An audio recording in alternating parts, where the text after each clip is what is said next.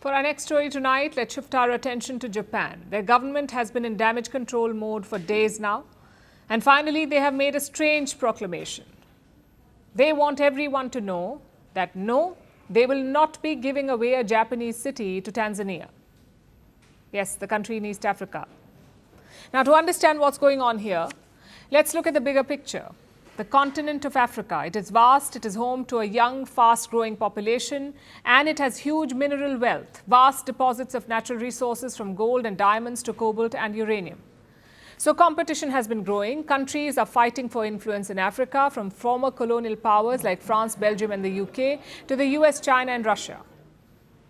They've all been in this race, and now another player has entered this crowded space. Japan. They have made a range of moves in recent weeks. Most of them are grand promises, like loans of more than $5 billion, trainings for digital transformation, and an economic zone. This is what the Japanese Prime Minister Shigeru Ishiba has proposed. He wants to connect the Indian Ocean to Africa and spur investment in the continent.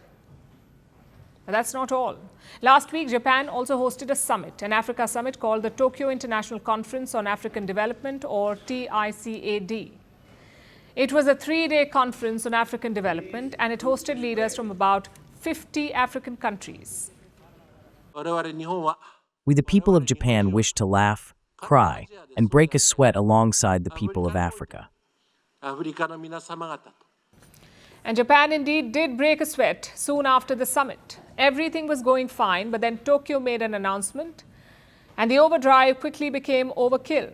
Japan introduced a program, a cultural exchange initiative. They selected 4 Japanese cities, which will foster ties with 4 African countries: Mozambique, Nigeria, Ghana, and Tanzania.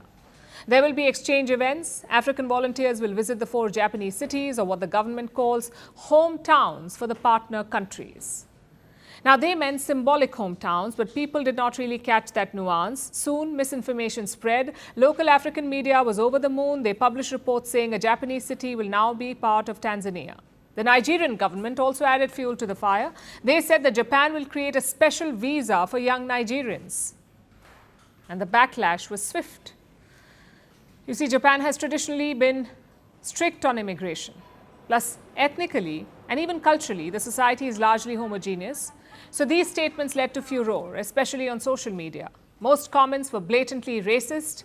People worried about a flood of immigrants, about the possible lack of safety or the burden on their resources. Japanese city offices received a wave of angry calls and mails. They got thousands of complaints, so now the central government has stepped in. Tokyo has called the claims baseless. It has reassured the public, saying that there are no plans to promote immigration or to issue any kind of special visas. African outlets have also taken down their reports, and the Nigerian government has removed its announcement. But the damage has been done. In recent months, Japan has seen a surge in anti-foreigner sentiment. There are fears about job losses amid other growing problems like stagnant wages, high inflation, and a high cost of living.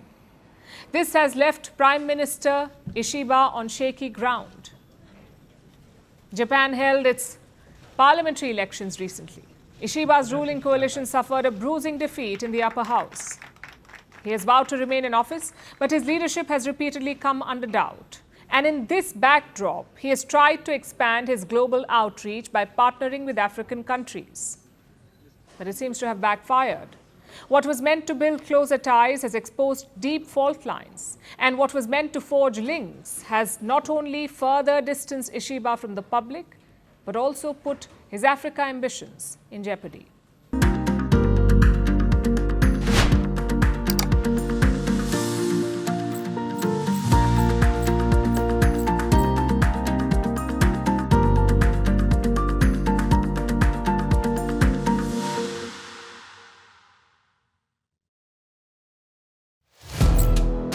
Firstpost now available in 9 languages on YouTube. English, Stands at $36 trillion. French, Le FMI, comme German, Geschäftsführenden Direktor, Hindi, $30 trillion kakaidyo. Indonesian, Pemerintah tanpa pemeriksaan. Italian, Sekali radikali. Japanese, 4 兆ドル以上も Portuguese, por causa do próprio balanço patrimonial. Spanish. Beautiful bill. Go to Settings, click on Audio Track and select the language of your choice. Be the first to know what's happening around you in your first language. Firstpost.